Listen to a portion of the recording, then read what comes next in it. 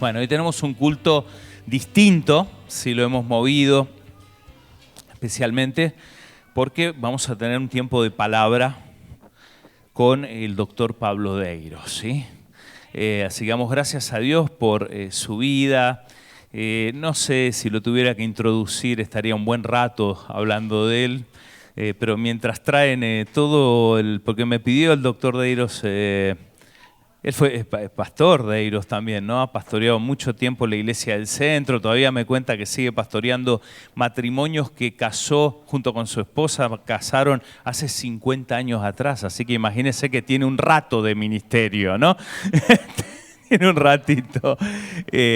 Así que están en la obra del Señor, ¿no? Como han puesto la mano en el arado y no han mirado hacia atrás, ¿no? Me contaba hace un rato que su primer sermón fue a los 15 años. A ver, los jóvenes de 15 años, how many of you youth wanna preach at 15? A los 15 años estaba predicando y a los 17 años entró al seminario. Así que estamos muy contentos con mi familia. Si usted por alguna de esas razones va a estudiar teología a un seminario, a cualquiera, en cualquier lado se va a topar con algún libro de Pablo Deyros, ¿sí? Del pastor doctor Deyros. Son literatura requerida en los seminarios. De hecho, yo enseño historia del cristianismo, un poco por culpa de él, ¿sí? Que enseño historia porque lo he tenido en varias clases, ha sido mentor en una de mis tesis doctorales. Es un erudito, pero más que nada es un hombre que ama al Señor junto a su familia, ¿no? Pero tiene algunos libros escritos también, tiene unos 100 libros escritos. Por eso digo que si usted va a un seminario, sí o sí, y estoy hablando no de libros como el que escribió el pastor, uno de ellos que tiene 100 páginas. Cada uno de estos tienen 500, 1000 páginas, ¿no? Me estaba diciendo que tiene un comentario en todo el Nuevo Testamento, ¿sí? No sé cuántos tomos son, pero bueno, él les contará o no, pero quiero contar más que nada que para mí es un mentor, es un referente, no solo en la academia, sino también como un hombre de Dios. Ha pastoreado por años junto al pastor Carlos Raida, ¿sí? Que ustedes lo conocen, la iglesia del centro, ¿sí? En Buenos Aires, una iglesia grande, la primera iglesia bautista del centro, ¿sí? Que es una iglesia bautista muy renovada, ¿no? Y él ha sido el pastor del pastor Raida. Sí, lo tenía cuando era jovencito el pastor Raida, me contaba que estaban de novio junto con Silvana, la actual esposa del pastor Raida, y se encargaban de la obra de Dios, siempre soñando con cosas para el Señor, ¿no? Qué lindo, y eso es lo que me gusta, que muchos años después que han estado pastoreando, todavía está esa llama, ese amor, sí, por las cosas del Señor, ¿no? Y por el Señor sobre todo. Así que hoy estuvimos charlando, el doctor Deyros es una fuente inagotable de conocimiento, así que hoy yo lo dejo hablar cuando estamos, ¿sí? No me pongo a dar ¿vieron? Cuando tú tienes a alguien que sabe, hay que escuchar. Pues hay veces que hay gente que sabe y se le pone a hablar encima como le quiere dar clases, ¿no? Entonces yo escucho, no hablo. Vieron que el pastor que no hable es difícil, porque soy de parlar yo. Pero así que doy gracias a Dios por el doctor Deyros, lo considero un amigo, aunque le tengo un respeto enorme, ¿no? Gracias por estar con nosotros. Vino también con una actividad en una de las universidades que enseño, pero se tomó el tiempo, me dijo, Gabriel, ahí voy a estar. Sí, si tenés algo, vamos a estar. Así que damos gracias que vino a Argentina ayer, doctor, pastor Pablo Deyros. Acá tenés un tocayo, allá está Pablo también. Gracias por estar con nosotros. Dios te bendiga. Acá está el whiteboard. Hermanos, es una gran alegría estar con ustedes en esta noche y conocer algo de esta congregación y especialmente conocerlos personalmente. Apenas entré en el atrio, me encontré con mi hermano Pablo, nacido en Asunción como yo, solo que un año después. Así que fue una alegría, una de esas sorpresas interesantes que a veces Dios tiene guardadas para nosotros. Quiero compartir con ustedes algo que me pasó esta madrugada, porque tiene que ver con lo que vamos a compartir ahora. Yo tenía preparado un mensaje para compartir con ustedes ya desde Buenos Aires. Preparé bien, con tiempo, mis conferencias en Pacific University y demás. Y también lo que iba a presentar esta noche. Hoy a las 5 de la mañana me despierta el Señor con una palabra que me conmovió. Y siguió molestándome con esa palabra, y siguió, y siguió, y siguió, y siguió. Y eso es lo que les vengo a traer ahora. Es decir, esto es palabra fresca. Es de las 5 de la mañana de hoy. Como la leche fresca, ¿no? Es de las 5 de la mañana de hoy. No sé por qué Dios lo dispuso así, pero no tuve dudas de dejar de lado lo que había preparado para presentarles y traerles esto. Dios sabrá por qué. Pero es más una enseñanza que otra cosa. Yo quisiera en esta noche hablarles sobre 7 principios fundamentales y eternos, porque me parece que estos 7 principios condensan la enseñanza de toda la Biblia. Si ustedes leen la Biblia de tapa a tapa, van a ver estos 7 principios desarrollándose a lo largo de toda la palabra del Señor. Y son valores, son principios, son tesoros, son cuestiones que tienen una trascendencia enorme, no solo de valor para nuestra vida cristiana aquí y ahora, sino que son principios eternos, de validez para toda la eternidad. El Evangelio tiene una serie de principios de un valor extraordinario, pero que son de aplicación para este lado de la eternidad. Valen para el momento de nuestro testimonio al mundo en este momento, de la vida que llevamos adelante, hasta el retorno glorioso del Señor. Pero la Biblia presenta otras verdades que son de valor para nuestra vida acá y se proyectan a toda la eternidad. Y de esto quiero hablarles. Y quiero hablarles porque estos principios fundamentales le pedí que me pusieran una silla porque a los 81 años me canso.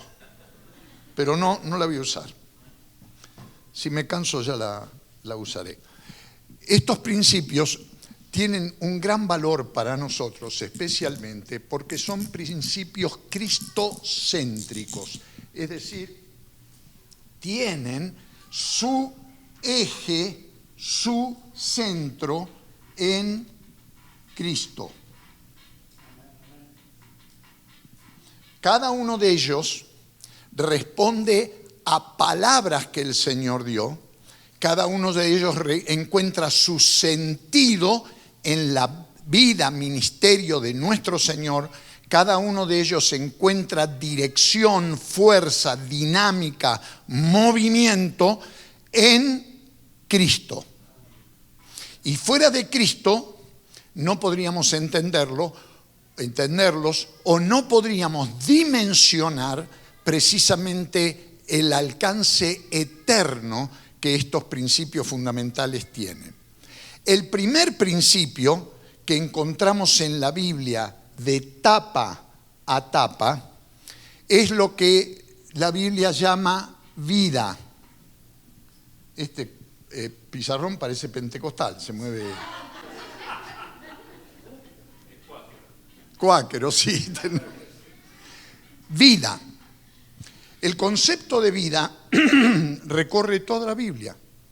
Génesis capítulo 1 nos dice, nos narra que Dios es el creador de la vida. del cielo, de la tierra, de todo lo que se arrastra en la tierra y sobre todas las cosas la corona de la creación, el ser humano, ¿verdad? Es, digamos, el nivel de vida más extraordinario que Dios ha creado. Por eso lo llamamos la corona de la creación. Pero el concepto de vida va más allá de lo meramente orgánico, biológico, lo que conocemos por la respiración, el flujo de la sangre, el movimiento de los músculos, la energía que se desarrolla en el cuerpo. En la Biblia, vida es un principio de un alcance extraordinario y eterno. Tanto es así que Jesús se definió a sí mismo como yo soy la vida. Vean ustedes en Juan capítulo 1, versículos 1 al 4, tenemos imágenes, ahí está. Nos dice lo siguiente el apóstol según la Nueva Versión Internacional. En el principio ya existía el verbo, el logos, la palabra, y el verbo estaba con Dios y el verbo era Dios. Él estaba con Dios en el principio. Por medio de él todas las cosas fueron creadas, lo que decíamos recién en relación con Génesis. Sin él nada de lo creado llegó a existir. Y escuchen esto, en él, ¿en quién? En Cristo estaba la vida y la vida era la luz de la humanidad. Entonces, este principio es un principio fundamental para nosotros de este lado de la eternidad, pero sigue siendo fundamental también después.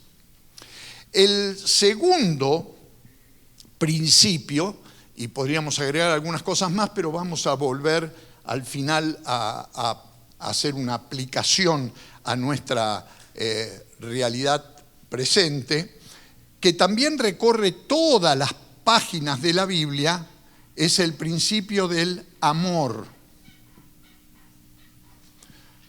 El principio del amor. De hecho, el apóstol Pablo dice que el amor es de los dones del Señor, junto con la fe y la esperanza. El amor es lo que permanecen. Al fin y al cabo, después en la eternidad no necesitamos fe porque al Señor lo vamos a ver cara a cara, y no necesitamos esperanza porque la esperanza va a estar cumplida en la presencia del Señor. Pero el amor, dice Pablo, ¿se acuerdan? 1 Corintios 13, nunca deja de ser. Y si ustedes recorren las páginas de la Biblia, desde Génesis hasta Apocalipsis, van a ver la manera en que el amor se hace, el amor de Dios primero, ¿verdad? Y todas las consecuencias que de ahí se derivan, está presente casi página por página. De hecho, otra vez citando a Juan, en 1 Juan capítulo 4, los versículos 8 al 10, dice el apóstol, el que no ama, no conoce a Dios. ¿Por qué? Porque Dios es amor. Así manifestó Dios su amor entre nosotros, en que envió a su Hijo único al mundo para que vivamos por medio de Él.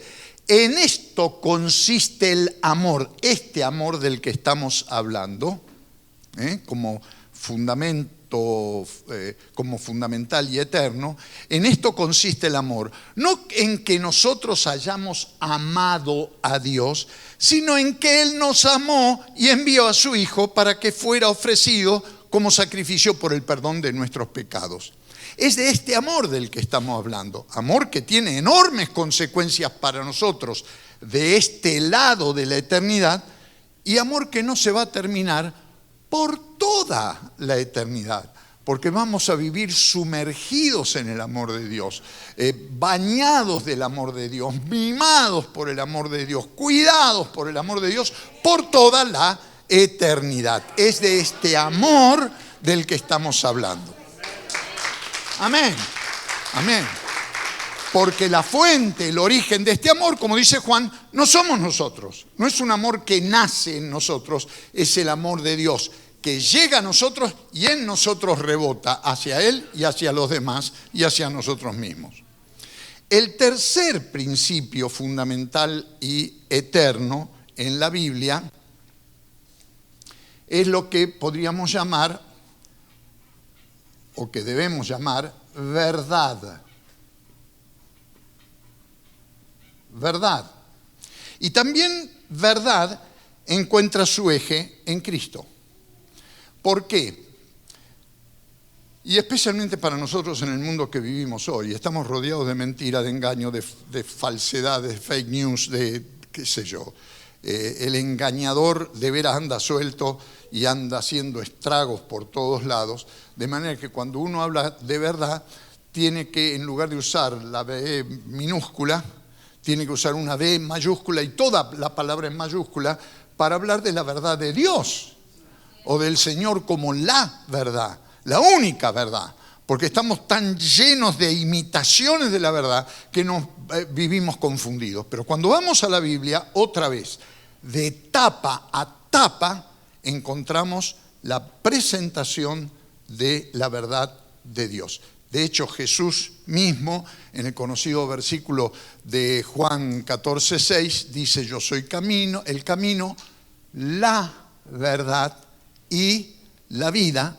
Contestó Jesús: nadie llega al Padre sino por mí. Noten ustedes el artículo determinado, definitivo, de la verdad, no una verdad. Nosotros estamos acostumbrados con el relativismo posmoderno y con la cultura posmoderna a que todo es relativo. El bien, el mal, lo que está correcto, lo que es incorrecto, lo que es justo, lo que es injusto, está todo mezclado. Todo es gris, ¿verdad? Ya no se puede distinguir entre lo que es blanco y lo que es negro, porque todo es gris. Y entonces la verdad se pierde en medio de esa confusión, de ese cóctel tutti frutti o ensalada rusa, como llámenlo como quieran, donde todo es igual, da lo mismo. El que roba, el que es honesto, el que miente, el que dice la verdad, es todo igual, como dice un tango argentino, ¿no es cierto? Cambalache. Da lo mismo, todo es igual. Bueno, en ese contexto, que es el contexto nuestro de todos los días, este concepto, este principio fundamental de la verdad, hay una sola verdad, y esa verdad es Cristo, que declaró: yo soy la verdad, yo soy la verdad. El siguiente principio, que también va de tapa a tapa en la Biblia, es el concepto de libertad.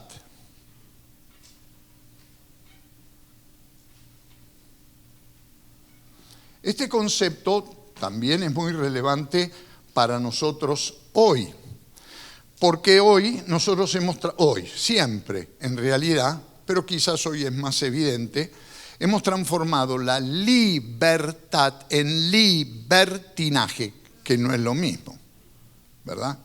Entonces, libertad es un principio que nace en Dios y encuentra su realización más plena en Cristo. Como declara también el apóstol Juan en el capítulo 8 de su evangelio, cuando dice: les aseguro que todo el que peca es esclavo del pecado. Esa es nuestra situación colectiva, natural, afirmó Jesús. Ahora bien, el esclavo no se queda para siempre en la familia, pero el hijo sí se queda en ella para siempre. Así que si el hijo los libera, serán ustedes verdaderamente libres. Es imposible conocer la libertad, la verdadera libertad, la libertad, no una libertad, la libertad, si no es en Cristo. Porque Cristo nos hace libres. Empieza por liberarnos del pecado, y junto con la liberación del pecado viene la liberación de todas aquellas heridas y cosas que estropean nuestra vida, nuestra alma, nuestro ser interior, y todas aquellas ataduras y opresiones que el diablo mete en la vida de las personas para tenerlos cautivos y no permitirles vivir conforme a la voluntad de Dios, que es la verdadera libertad.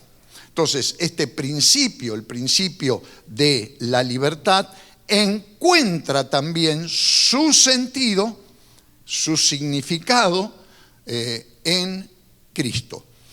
el siguiente principio está directamente relacionado con la libertad según la Biblia, porque también aparece a lo largo de toda la Escritura, y es el principio de la justicia.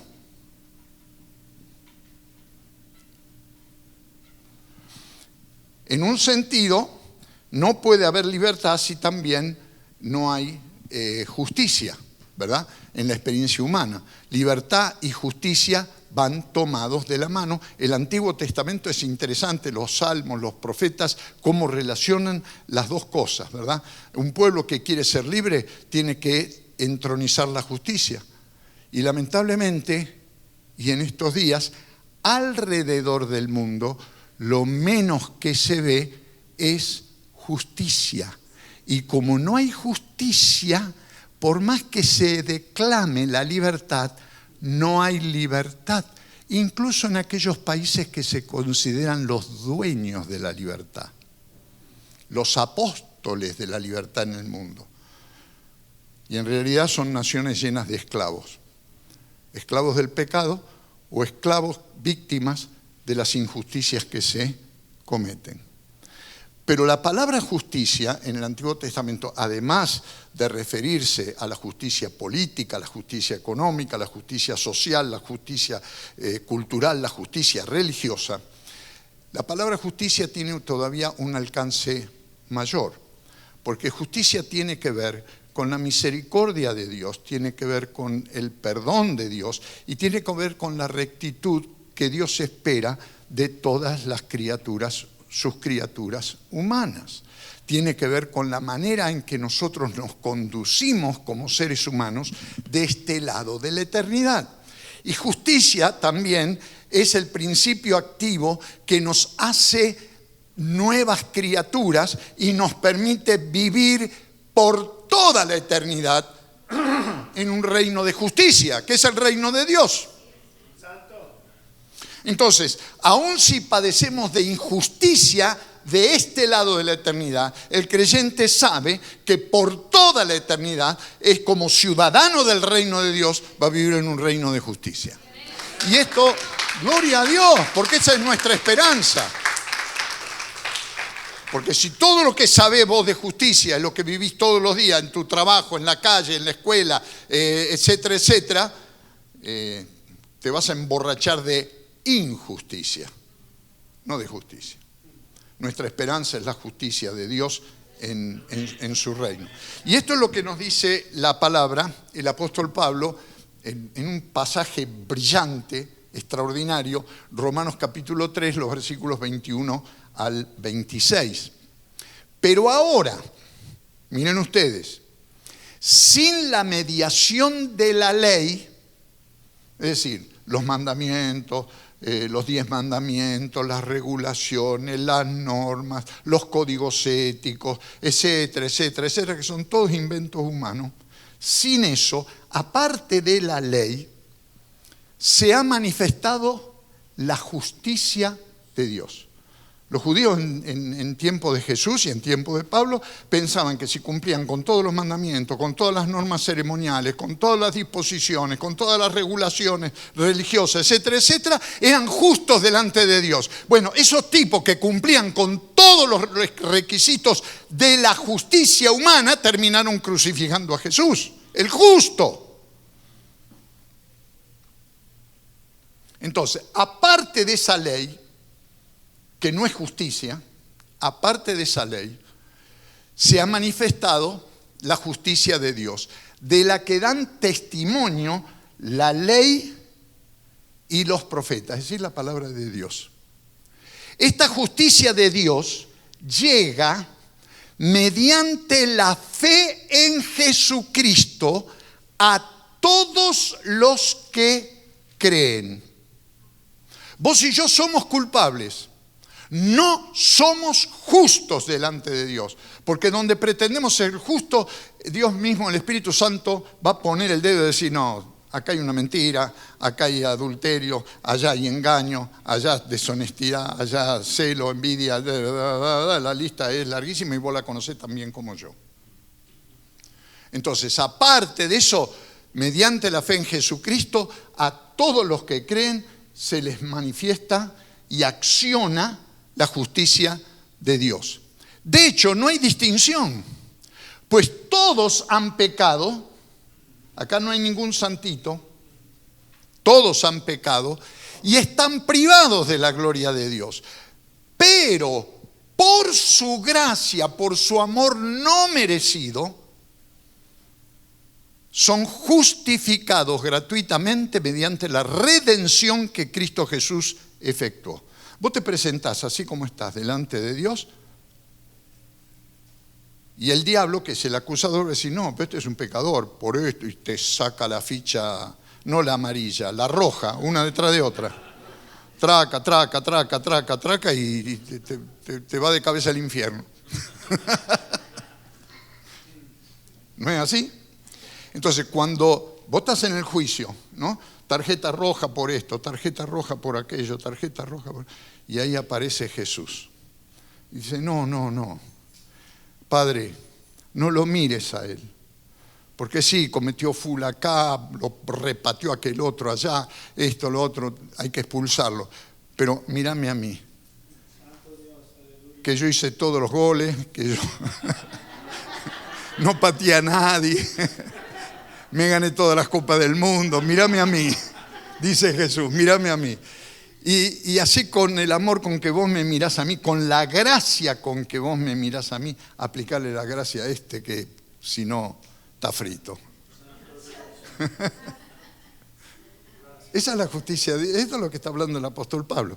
Entonces, mediante la redención que Cristo Jesús efectuó, Dios lo ofreció como un sacrificio para obtener el perdón de pecados, el cual se recibe por la fe en su sangre, la fe en el sacrificio que Él hizo, la confianza de que ese sacrificio fue para mí, para mi salvación, para mi perdón, para que yo que soy pecador pase a ser justo en Cristo, ser justificado. Justificado no quiere decir que Dios mira para otro lado y dice, bueno, pobre tipo, qué sé yo, ya que estamos, vamos a salvarlo. No, no, significa que alguien pagó para mi liberación, para mi redención. Alguien pagó y lo pagó con su sangre.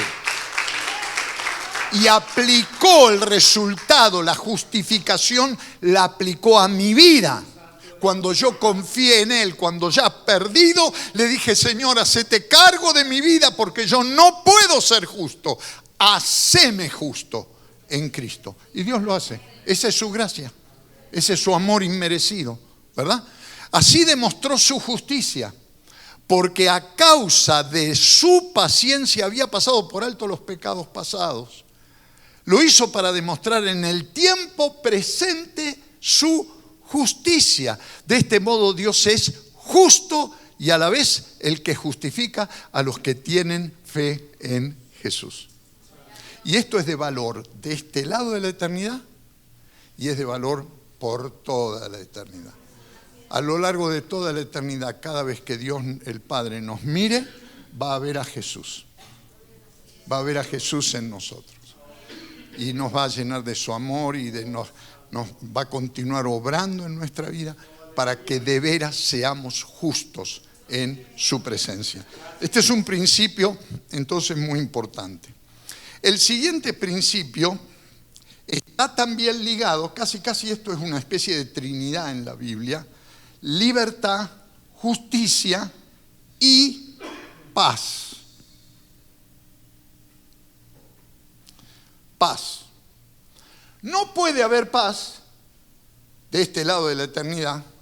Pensá en tu familia, en tu barrio, en tu trabajo, en tu estudio, en el gobierno, en las relaciones que mantenés sociales, etc. No puede haber paz si no hay justicia, y si no hay justicia, y no va a haber justicia si no hay libertad. La libertad de Dios. Cuando está la libertad que Dios trae, conoceréis o conocerán la verdad y la verdad los hará libres, entonces tenemos justicia y la justicia produce paz. Esto lo dice el profeta Isaías en varios lugares y está en todos los profetas, en toda la Biblia. En nuestro caso, Juan capítulo 14, Juan 14, el versículo 27, dice, la paz les dejo. ¿Se acuerdan de esta palabra de Jesús? Que son hermosas. Tratá de escucharla como si Jesús mismo te la estuviera diciendo a vos, a nosotros. La paz les dejo, mi paz les doy. Ya no se la doy, yo no se la doy a ustedes como la da el mundo. No se angustien ni se acobarden. Este es un mundo donde impera, qué sé yo, el sobresalto, la angustia, el terror, el temor, la inseguridad. No hay que andar muy lejos. Yo no sé cómo será la cosa acá. ¿Dónde estamos? Esto es Montebello. Bueno, Montebello, pero de bello debe tener los montes nomás, porque... No, ustedes conocen el barrio. Yo soy bicho de otro lado.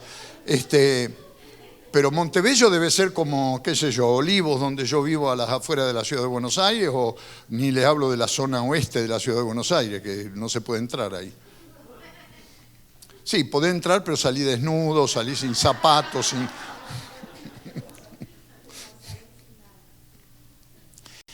En un contexto así, ¿qué es lo que vivimos todos los días? ¿O no? En la escuela, en la familia, en el barrio, en las relaciones con los demás, en el trabajo, no hay paz. La gente está crispada, mal, llena de angustia, cargada de temor, de inseguridad, gastamos fortunas en pagar seguro médico, en pagar seguro porque no se nos prenda fuego la casa, pagar qué sé yo, esto, el otro, y aún así no tenemos seguridad y no tenemos paz. No dormimos de noche, etcétera, etcétera. Y acá aparece Jesús y dice, paren, la paz les dejo, mi paz les doy. No se angustien, no tengan miedo, porque yo estoy con ustedes. Y nos llena de paz. Y esa paz no tiene precio, porque no es la paz que producen las circunstancias externas. Es la paz que nace de adentro, la que pone Él con su presencia por su Espíritu Santo en nuestra vida y nos llena de paz. Podemos pasar por el medio de la tormenta más terrible y sin embargo no perder la calma, estar en paz, atentos por supuesto y todo lo que ustedes quieran, pero sin perder el equilibrio, sin perder balance, en paz. Este es un principio también de gran valor de este lado de la eternidad en medio del mar embravecido por el que vamos navegando y ni hablemos de lo que nos espera después. Porque ahí sí, la vida la vamos a pasar pero en paz, ¿verdad? Aún personas que en este mundo lamentablemente fueron enemigos y no se entendieron y no se trataron bien y pelearon y discutieron y riñeron y van a vivir en paz y en armonía en la presencia del Señor. Y el último principio, que tiene también su sentido y su dinámica en Cristo, les confieso que estuve peleando con el Señor un rato porque no me faltaba el séptimo. Y qué sé yo, uno tiene manías, ¿no? El número 7 es el número perfecto. Yo digo, no me voy a presentar a la congregación con 6 principios. Quedo como la mona. Tienen que ser 7. Pero no me caía la ficha. No. Digo, ¿qué principio? A ver, ¿qué elemento está en la Biblia de tapa a tapa? Que se repita una y otra vez y que tenga su centro en Cristo, como lo tiene vida, verdad, amor, libertad, justicia, paz. Y llegué a la conclusión, espero no haberme equivocado, de llamarlo luz. Luz. Interesante, porque cuando uno recorre la Biblia desde Génesis hasta Apocalipsis, la luz aparece a cada rato. Las metáforas que usó Jesús en las parábolas y todo lo demás, luz. De hecho, Él dijo, la famosa frase, en Juan 8:12, una vez más Jesús se dirigió a la gente y le dijo: yo soy la luz del mundo. El que me sigue no andará en oscuridad, sino que tendrá la luz de la vida. Y este es un principio, esta es una verdad de validez de este lado de la eternidad, pero por toda la eternidad. Las imágenes que presenta Apocalipsis de la Nueva Jerusalén, dice, ahí no hace falta la luz artificial, tampoco hace falta la luz del sol, porque el Señor, que es luz, la ilumina. La ilumina. Y no tenés que pagar la cuenta de luz, eso es la bendición más grande. Pero el reino de Dios es un reino de luz. Y esto significa varias cosas, porque una de las cosas que hace la luz, y es muy importante, es ahuyentar las tinieblas. Las tinieblas dominan, de este lado de la eternidad, las tinieblas dominan. Pero cuando se enciende una luz, las tinieblas desaparecen automáticamente. La oscuridad no puede prevalecer ante la presencia de la luz. No puede. La luz, mientras ilumina, jamás puede ser invadida por la oscuridad. Pero la oscuridad, cuando se enciende la luz, es invadida por la luz y desaparece. Entonces, esto significa victoria garantizada sobre el reino de las tinieblas y el príncipe de las tinieblas, que es Satanás. ¡Aleluya! Basta de vivir en la oscuridad. Basta de vivir en las sombras de nuestros propios pecados, de nuestra confusión, de nuestra falta de entendimiento, cuando Dios nos ha encendido la luz de su Hijo Jesucristo para iluminar nuestra vida y ha puesto al Espíritu Santo a vivir plenamente en cada uno de nosotros para iluminar nuestra vida, para que nuestra vida no sea una vida en sombras, sino un caminar en luz, entendiendo la palabra de Dios, pero también viviendo la palabra de Dios y cumpliendo la palabra de Dios, iluminados por el Espíritu Santo. Luz. Y esto tiene que ver con lo que ocurre con nosotros de este lado de la eternidad y lo que ocurre con nosotros por toda la eternidad. Porque el reino al que nosotros vamos encaminados es un reino de luz. Es donde reina aquel que dijo: yo soy la luz del mundo. Entonces, fíjense ustedes, sobre el eje, el centro, que es Cristo, hay 7 principios fundamentales y eternos que encuentran sentido en Él: vida, amor, verdad, libertad, justicia, paz y luz. Quizás podríamos encontrar otros más. Ustedes pueden buscarlos en la Biblia. Pero yo tenía que encontrar 7 para quedarme con el número perfecto y quedar bien delante de ustedes. Pero veamos algo más. Rápidamente. Cada uno de estos principios fundamentales y eternos, como ya de alguna manera lo dijimos, tiene una aplicación inmediata en nuestras vidas. Fíjense, por ejemplo, el principio de vida, tal como Jesús lo presenta en Juan 10:10. Y él hace aterrizar este principio a la realidad y lo hace a través de una metáfora, la metáfora del ladrón que viene a robar. Y dice, el ladrón no viene más que a robar, matar y destruir. Esto es una realidad cotidiana, la conocemos muy bien. Yo he venido para que tengan y vida en abundancia. Y acá me parece que hay algo, una verdad de aplicación inmediata a cada uno de nosotros. No se trata solo de vida, no se trata de respirar, no se trata de que el corazón siga pulsando bien.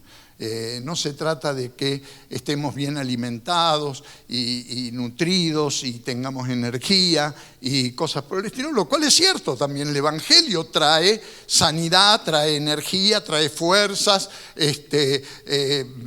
y hay un montonazo de versículos bíblicos y ejemplos bíblicos de la manera en que los creyentes viven una calidad de vida diferente de la que viven las personas que no son creyentes, ¿verdad? Y que están llenas de vicios, de adicciones, se enferman por abusar de sus cuerpos, por hacer lo que no corresponde con sus cuerpos, etc. Ustedes esto lo conocen muy bien. Pero no es solo vida lo que Jesús promete, sino vida en abundancia.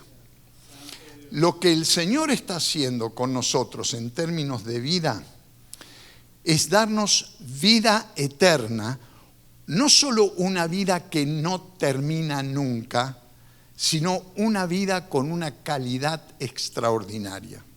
Yo lo pongo de esta manera. Nosotros somos seres humanos, pero somos seres humanos que no vivimos a la altura del potencial que Dios creó, soñó y creó para cada uno de nosotros. La figura de Adán y Eva en el Génesis nos muestra al ser humano como varón y como mujer viviendo una vida plena hasta que metieron la pata. Y ahí se pudrió todo. Con dolor darás a luz tus hijos, con el sudor de tu frente comerás el pan. Y todo el desastre que vino, la vergüenza, andaban desnuditos, fenómenos, y de pronto empezaron a taparse por todos lados. Están chiflados, es una neurosis que no se entiende. ¿Cuál es la diferencia entre la célula de mi pene y de mi nariz? El problema no está en el órgano, el problema lo tengo acá, y eso se llama pecado. Porque la creación de Dios es perfecta. El cuerpo del hombre es perfecto, el cuerpo de la mujer es perfecto. Y Dios los creó para que produzcan vida. De hecho, el primer mandamiento que Dios le da a la pareja humana, ¿cuál fue? Estudien la Biblia. Vayan a una reunión de oración, hagan una vigilia, ayunen. No falten al culto. Qué pedazo de mandamiento. Dijo, fructifiquen y multiplíquense. ¿Y qué hay que hacer para fructificar y multiplicarse? No me digan, ustedes son extraterrestres. ¿Cómo se reprodujeron? Orando.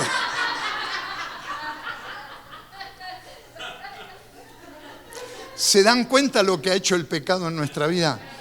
Que el don más precioso que Dios nos dio, que es nuestra sexualidad, Satanás lo corrompió.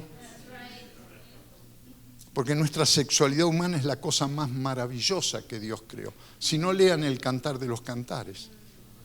Es precioso, es hermoso, es un regalo de Dios santo, maravilloso, sublime.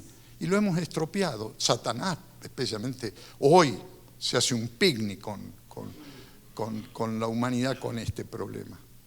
Pero esa no es la voluntad de Dios. La voluntad de Dios es darnos vida. Y una vida que se proyecte por toda la eternidad. Lo mismo pasa con el don del amor. Y acá el pasaje de 1 Juan, capítulo 4, versículo 7 y después los versículos 11 y 12, es interesante lo que el apóstol dice en relación con el amor. En realidad, todo lo que dice Juan tiene que ver con el amor, pero la Biblia de tapa a tapa nos habla del amor. Habría que poner amor con mayúscula, porque Satanás ha corrompido también el concepto de amor. Queridos hermanos, amémonos los unos a los otros, porque el amor viene ¿de dónde? De Dios, no de las glándulas, de Dios. Y todo el que ama ha nacido de Él y lo conoce. Queridos hermanos, ya que Dios nos ha amado así, también nosotros debemos amarnos los unos a los otros. Nadie ha visto jamás a Dios, pero si nos amamos los unos a los otros, Dios permanece entre nosotros y entre nosotros su amor se ha manifestado plenamente. Esto es impresionante, hermano, lo que el apóstol está diciendo acá.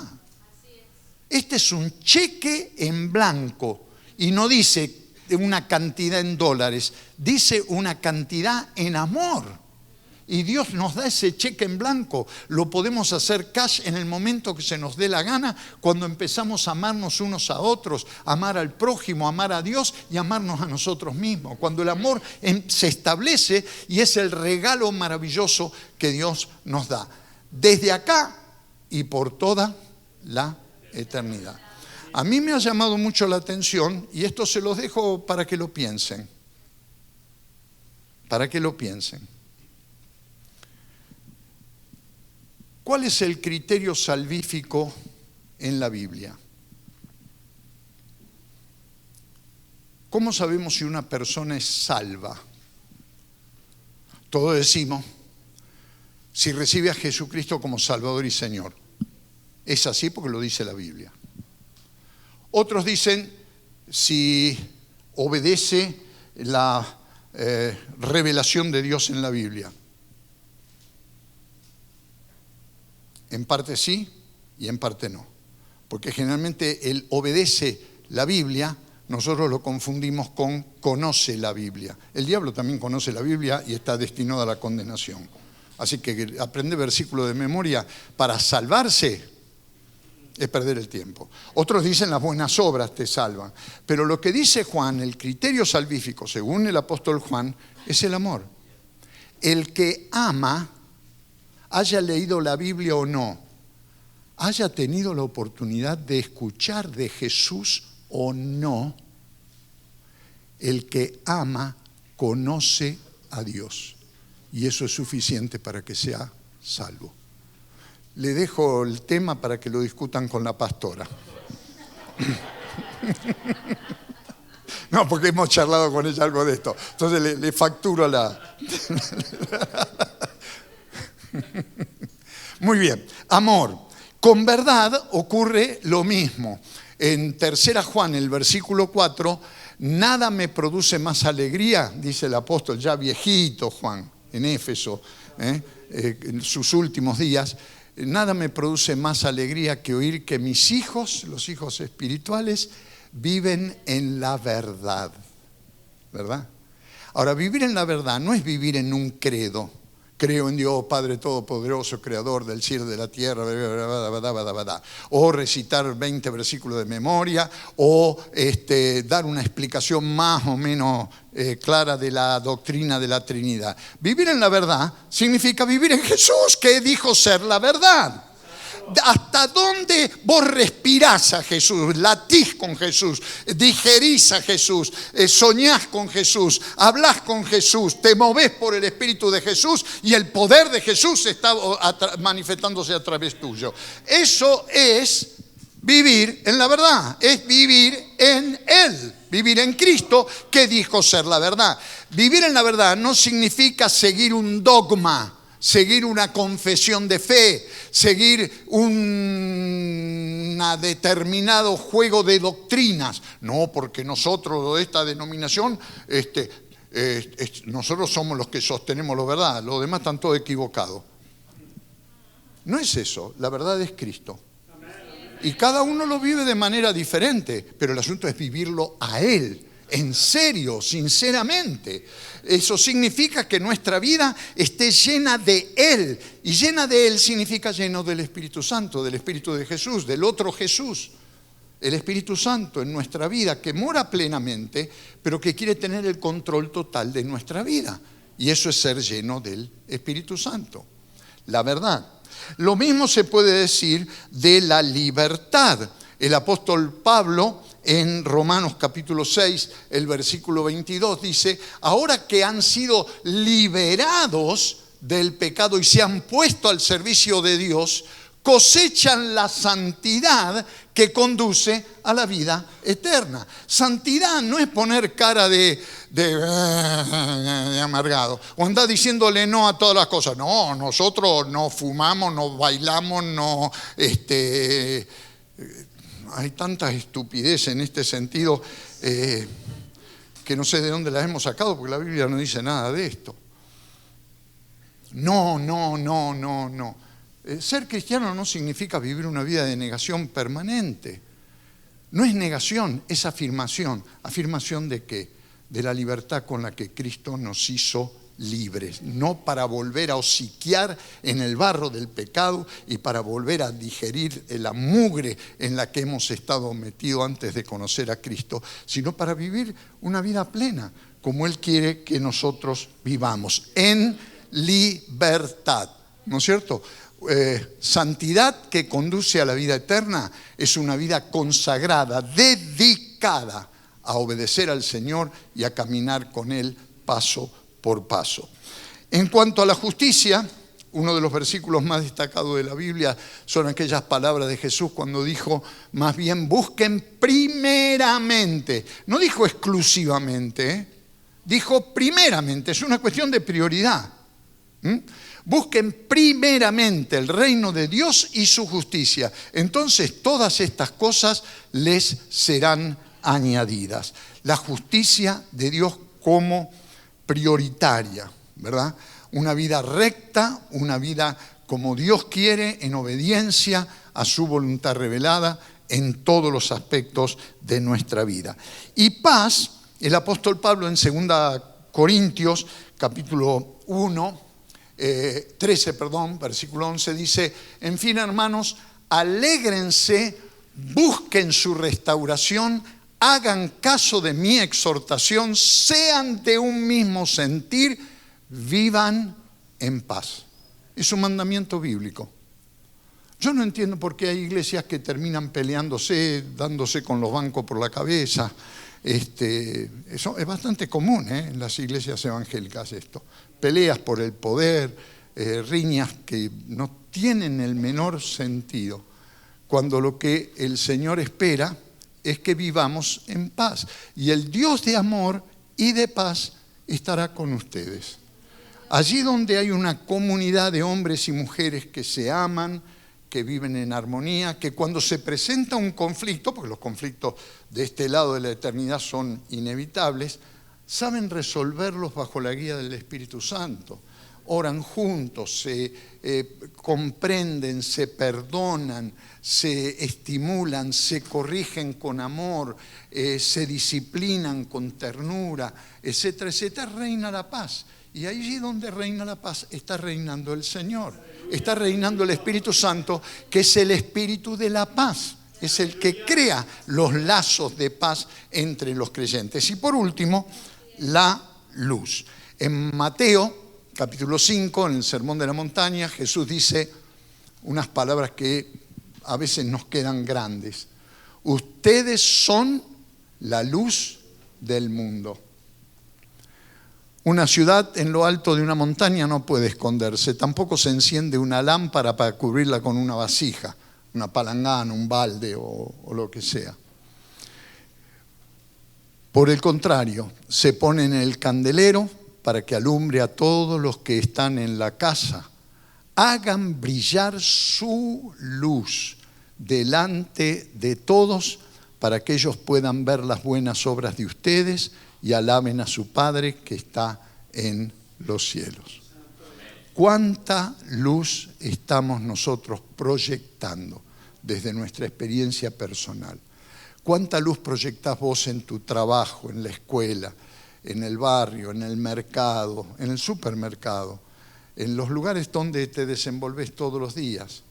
Tu presencia tiene que brillar de tal manera que los demás digan, esta mujer, este hombre, tiene una luz interior que no sé de dónde viene, pero hace de él un hombre, una mujer diferente. Luminoso, luminosa. Y esto es lo que nos invita el Señor a hacer acá, a hacer luz en este mundo de tinieblas. Recuerden lo que dije antes, la luz tiene la tremenda capacidad de ahuyentar las tinieblas. Y frente a la luz, las tinieblas no tienen otra cosa más que huir, desaparecer. Si las tinieblas se imponen, es porque no hay creyentes allí que estén iluminando como Jesús dice que tenemos que iluminar. Y terminamos. Principios fundamentales, porque vean ustedes que son principios fundamentales, están en la Biblia, dijimos de tapa a tapa, y eternos, porque de alguna manera su aplicación empieza acá y se proyecta hacia toda la eternidad. Y cuando uno medita sobre esto o piensa sobre esto, ¿quién es capaz de hacerlo realidad? Si no nos ayuda el Señor, va a ser difícil. Entonces, ¿qué les parece si le pedimos a Él que a la luz de lo que hemos leído en la palabra, lo que hemos comentado, que Él, que es el eje, el centro, el que mueve todos estos principios en la realidad que vivimos aquí y los proyecta hacia la eternidad, que Él nos ayude por su Espíritu Santo a hacerlo realidad en mi vida, en mi familia, en mi matrimonio, en la relación con mis hijos, con mis padres, en el barrio, en el trabajo, en la escuela, en el lugar donde estoy todos los días. Que estos principios adquieran vida, se muevan, operen bajo la guía del Espíritu Santo.